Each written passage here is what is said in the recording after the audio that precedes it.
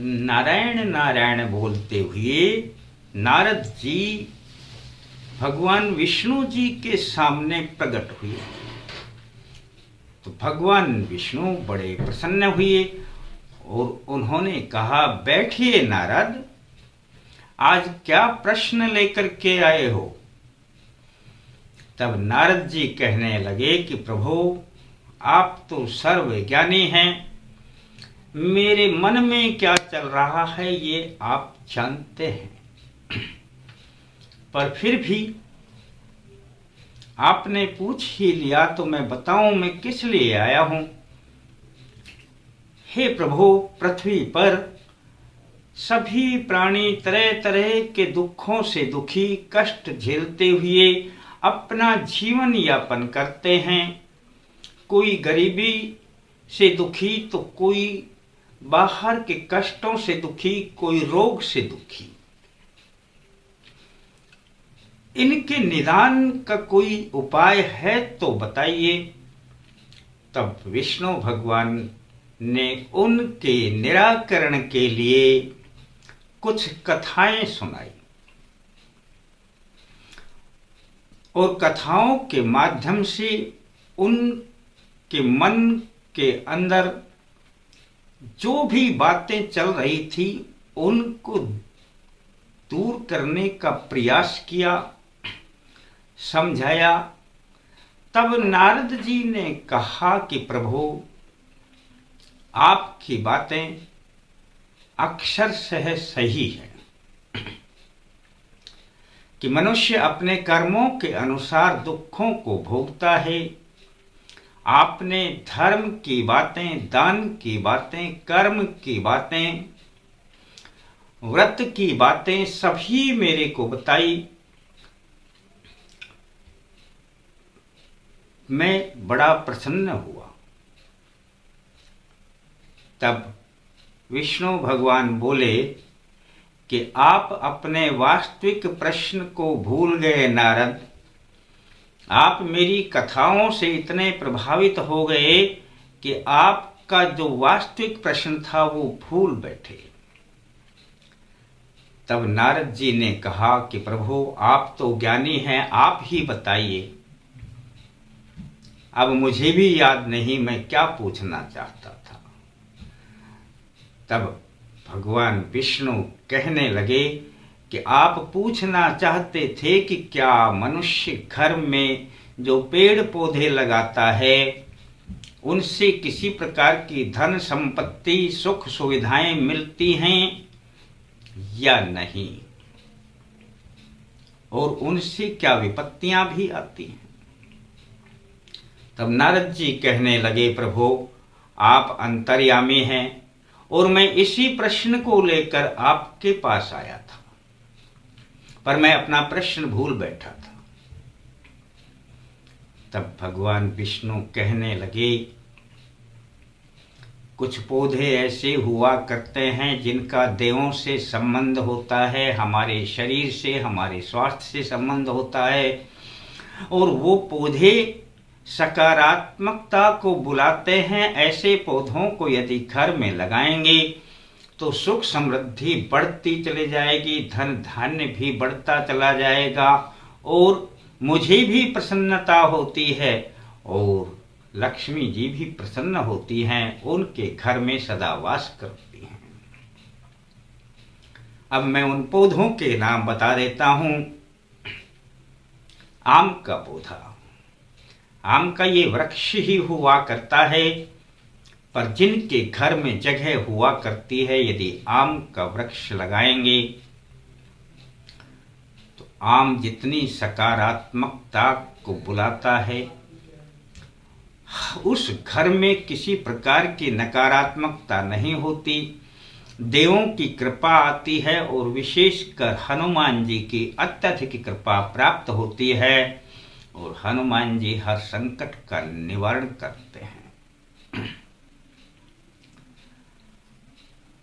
आंवले का पौधा, दूसरा पौधा मैं आंवले के बारे में बता दूं कि आंवले का पौधा घर में लगाने से मेरी भी और लक्ष्मी जी की भी पूर्ण कृपा प्राप्त होती है, आंवले को एकादशी के दिन पूजा करने से मुझे अत्यधिक प्रसन्नता मिलती है और लक्ष्मी भी उनके घर में वास करती है।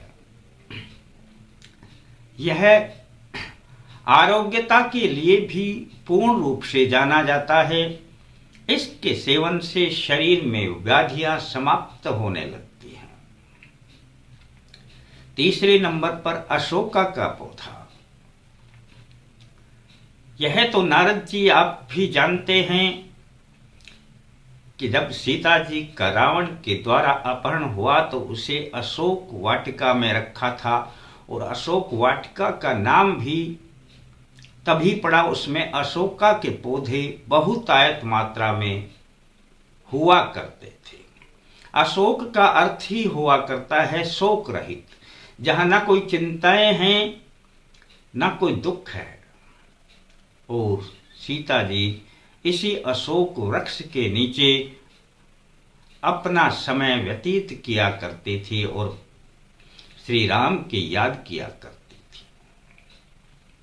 आज भी जिस घर में अशोका का पौधा या घर के द्वार पर अशोका का पौधा पाया जाता है, वहां पर राम जी की, सीता जी की, मेरी भी विशेष कृपा, लक्ष्मी जी की विशेष कृपा और हनुमान जी की भी विशेष कृपा प्राप्त होती है। यह पौधा भी सकारात्मकता को बुलाने में सहायक होता है। और चौथे नंबर पर आता है केले का पौधा। केले का पौधा जिस घर में लगाया जाता है तो समझ लेना सरस्वती की विशेष कृपा उसे मिलती है, लक्ष्मी जी की कृपा प्राप्त होती है, मेरी भी कृपा प्राप्त होती है। और देव गुरु बृहस्पति बड़े प्रसन्न होते हैं, और जिनके कार्य रुके रहते हैं ना, वो इस केले के पौधे की पूजा करने से सब कार्य बनने लग जाते हैं।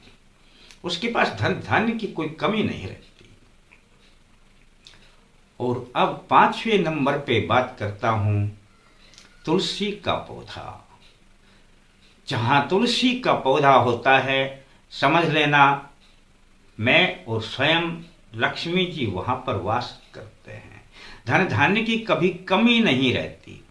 तुलसी का पौधा जितना हरा भरा रहता है, वह घर भी उतना ही हरा भरा रहता है। और तुलसी देवी की भी विशेष कृपा उसे प्राप्त होती है। जिन 5 पौधों के बारे में मैंने नारद जी आपको बताया, यदि प्राणी अपने घर में यह पौधे लगाता है तो उसे किसी प्रकार की कोई कमी नहीं होती है। अब मैं बताता हूं वो पौधे जिनको घर में लगाने से नकारात्मकता आती है, दरिद्रता आती है। कांटेदार वो पौधे, बबूल हुआ, नागफनी हुई, कैक्टस हुआ, और इस प्रकार के बहुत से पौधे जिनमें कांटे तो हुआ करते हैं, जिनका कोई उपयोग नहीं हुआ करता है। अब आपका कोई शंका है तो शेष बोलिए, मैं उसका भी समाधान किए देता हूं। नारद जी कहने लगे कि आपने प्राणियों के हित के लिए बहुत अच्छी बात बताई, पर आपने पीपल के बारे में कुछ नहीं बताया। तब भगवान विष्णु कहने लगे कि पीपल और नीम 2 ऐसे वृक्ष हैं जिनके लगाने से अत्यधिक मनुष्य को फल की प्राप्ति होती है, परंतु ये विशालकाय वृक्ष हुआ करते हैं, इन्हें घर में नहीं लगाया जाता। इनकी जड़ें दूर तक फैलती हैं और उनके घर को नुकसान पहुंचा सकती हैं। जो व्यक्ति पीपल और नीम, पीपल में तो सभी देवों का वास हुआ करता है, और नीम जो व्यक्ति लगाता है उसके ऊपर सूर्य देव की, लक्ष्मी की और शेरा वाली की विशेष कृपा प्राप्त होती है। और यह व्यक्ति जो लगाता है उनके पास कोई बीमारियां जल्दी से नहीं आती है। पर इन दो पौधों को लगाएं कैसे? अपने घर में किसी भी रूप में छोटे पौधे को लगाएं, पीपल का हो, नीम का हो, उनमें 21 दिन तक जल डालें, उनकी सेवा करें और 21 दिन के बाद उन्हें किसी पोखर यानी तालाब के किनारे, नदी के किनारे, किसी आश्रम के अंदर या बाहर, किसी मंदिर के अंदर या बाहर, किसी सार्वजनिक स्थान पर इन पेड़ों को लगाने से उस मनुष्य के पास कभी किसी भी चीज की कमी नहीं हुआ करती है। और कोई बात यदि आपके मन में है तो उसे भी पूछ लीजिए।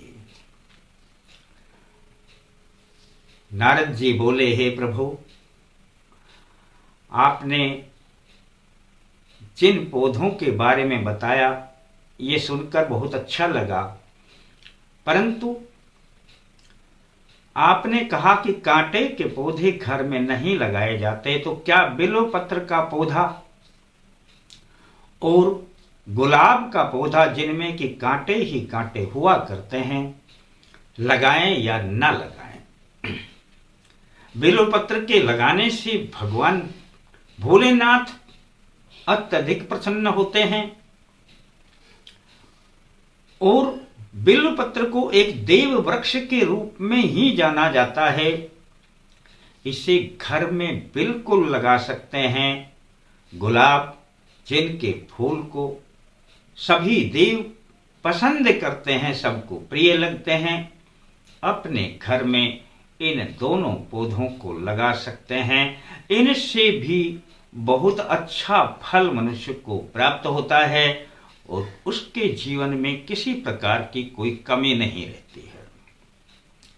इस प्रकार की बातें सुनकर नारद जी बड़े प्रसन्न हुए और नारद जी ने भगवान विष्णु को साष्टांग प्रणाम किया। दोस्तों, ये थी कुछ पौधों के बारे में जानकारी जो स्वयं भगवान श्री विष्णु के द्वारा प्रकट हुई। इन जानकारियों को यदि आप अपने ऊपर लागू करते हैं तो समझ लेना आपके दिन भी बदलते देर न लगेगी और आपके घर में सुख समृद्धि, धन धान्य बढ़ता चला जाएगा। दोस्तों, अब छोटा सा एक काम आपके लिए, जो प्रेमी नए इस वीडियो को देखते हैं, सब्सक्राइब करके घंटी का बटन दबा दें और आल लिखा आएगा तो आल को टच कर दें, वीडियो को लाइक कर लें। अब हमारा इतना ही आपसे कहना है, शेष आपकी रुचि पर निर्भर है। फिर मिलते हैं दोस्तों नए अंक के साथ, तब तक के लिए जय माता दी।